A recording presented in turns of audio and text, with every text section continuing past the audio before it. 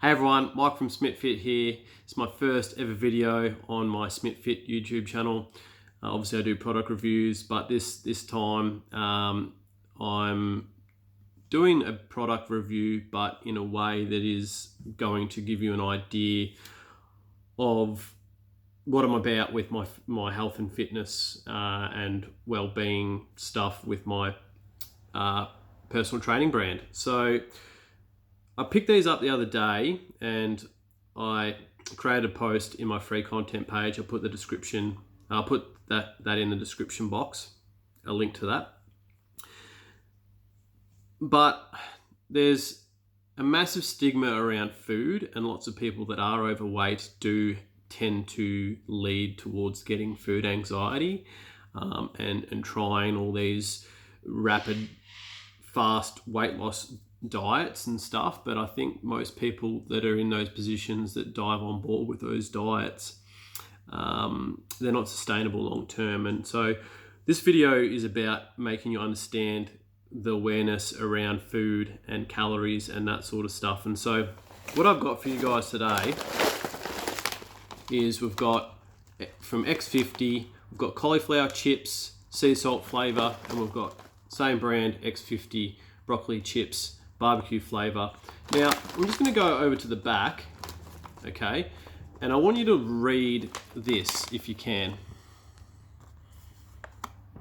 Come on, work with me here. So look at the calories there and look at the serving. So there's 2 per serving. Now, I want to reference why that is important, because these are marketed as something healthy. Obviously you see vegetables in here and you think that this is healthy. Now, they are. They're most definitely healthy. But you look on the flip side of something that I enjoy every day, being popcorn, is per volume. I'll have 2 bags of my popcorn for 120 calories, whereas you eat a whole bag of this and you're doubling the calorie intake per serving, because there's 2 in there. So you're basically doubling up the calories there at 304 for these ones if you ate the whole bag, and 127, quick maths, 254, yeah, 254. And so per volume, these have more calories as a whole, one of them and this one individually, as to my popcorn. Now, that doesn't necessarily make these an unhealthy food, just as much as popcorn isn't an unhealthy food. To lose weight sustainably, you have to be in a calorie deficit. Now, the word calorie and then added into a term of calorie deficit might scare a lot of people. But all it means is you just need to work out what your calorie maintenance is and then minus 200-300. Do that consistently over a period of time whilst you're training, maybe once or twice a week if you're starting out, maybe 2 to 3 times a week if you've sort of got some form of fitness, if you've still got some level of fitness going on for you. Getting your water intake in, 2 to 4 litres a day, trying to get your fruit intake in, 2 serves, and I'll just sort of clarify this: 1 big banana is 2 serves of fruit. That doesn't mean you can't eat any more. That's just saying that, like, if you eat 1 banana, you're having 2 serves of fruit. So, like, don't think you need to just buy all these fruits to be healthy. And trying to get your 5 vegetables in a day, getting your 8 hours sleep, all these sorts of things. Training and eating outside of those other things that I'm talking about, these are, like, if you can get into that mindset that there's no such thing as good foods and bad foods when it comes to losing weight, because there just isn't. Obviously you've got people that are intolerant or allergies to certain foods, but in terms of foods to lose weight, there's just no such thing. There is just no such thing. Obviously there's things that are quite nutrient dense and they're more filling, and so I'd probably open both these packets and be able to smash them out, both of them, and still be hungry. Yet, let's just say on the flip side, so this one is 300 calories, whereas I have probably 300 calories in my breakfast of Special K, yogurt, berries, almonds, and a drizzle of honey. Now that is drastically going to fill me up more and probably get me to lunch, as opposed to if I just ate one of these out the door as I left for work or with my labouring job or to the gym training people. 100%. So then, if you're someone that is out and about and you don't have breakfast or you don't have a substantial breakfast, what can happen is you just take something quickly out the door and you eat it mindlessly without understanding the calories and and being nutrient dense and filling. Then you get to 10 o'clock and someone else that you work with might buy you a snack, then you eat that, then you eat your lunch on top of it. And then you might have some snacks in the afternoon. You might have 4 or 5 coffees. You might have an energy drink, and all of a sudden you're pushing upwards of 3,000-4,000 calories a day, and you can't understand why you're either gaining weight or you can't lose weight. So I'm going to get these open. It's enough talking. Interesting to see what these taste like. So I haven't really done that quite all that well visually for you guys to see. But I'm just going to pull one out, guys, and I'm going to show you what it looks like. So it looks like basically dried broccoli, and it is quite grainy to the texture, so I wouldn't be surprised if it does have lots of salt on it. What's the sodium? So it's got 198 milligrams of sodium. So this is the broccoli barbecue flavor.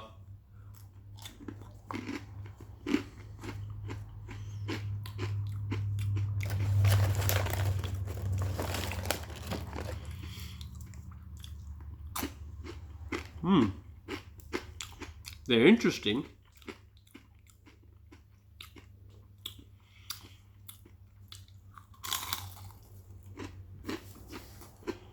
With my lunches or my dinner,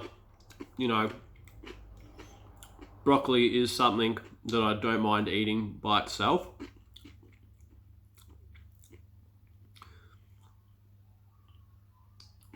Which I'd probably prefer over than this snack. Like, I'd probably stick with my popcorn. They're not bad. The barbecue flavour is fairly light. It's more salted than it is barbecue.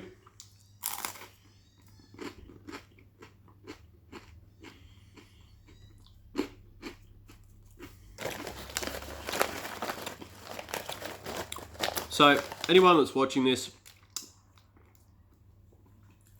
when I get my course up and running, I'll put that link in the description as well, which is just an ongoing, you pay once and it's ongoing module course to do with food anxiety, to do with habits, fears, all these sorts of things that stop people from pushing through that wall of being able to get to where they want to with their weight, and it assists people with trauma that impacts both well-being and fitness and weight. So check that out. I'm just in the process of making it now, so it's not up and running. There's no link available right at this minute. The cauliflower chips.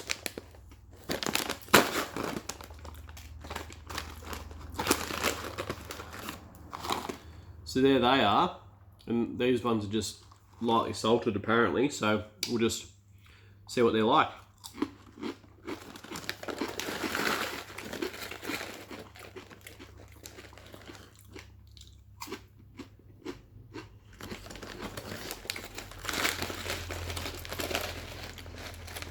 They're definitely lightly salted. They're not...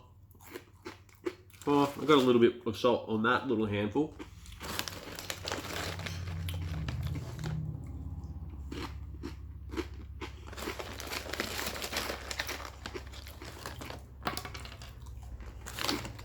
So,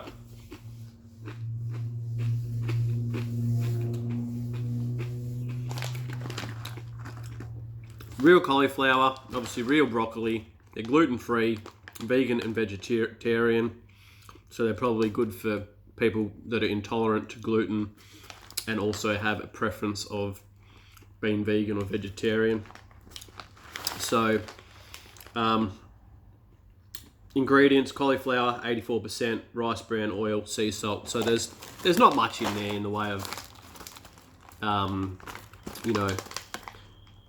nasties. So you got 85% broccoli, rice bran oil, barbecue flavor, sea salt, cinnamon bark, star anise, pepper. So there's no real anything in there that makes you go, okay, well, yeah, they're low in calories, but they've got this, that, and the other in it. Not that that really matters either. Because I want to reference this. If someone's struggling to cut soda out of their diet, and there's someone that just constantly drinks soda, and you might be looking at 150, 160 calories per pop, per can, and that person really struggles because that is their go-to. That is the way they control their stress and their trauma and their thoughts and their feelings through food and drink.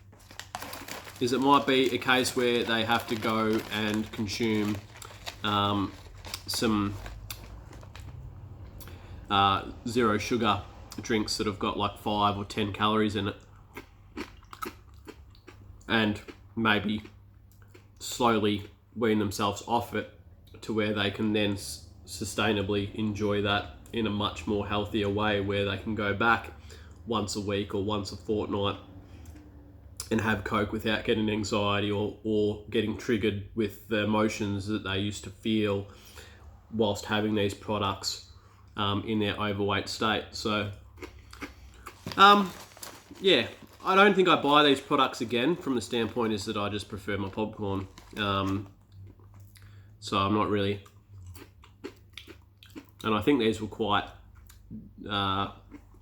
dear compared to the popcorn. I normally get like a pack of 14 from the supermarket for $7, I think it is, or $8. Whereas I think these were like $4 or $5 each. So if I was buying these every day, it becomes really costly. I'm sure you could buy them in bulk in another way, but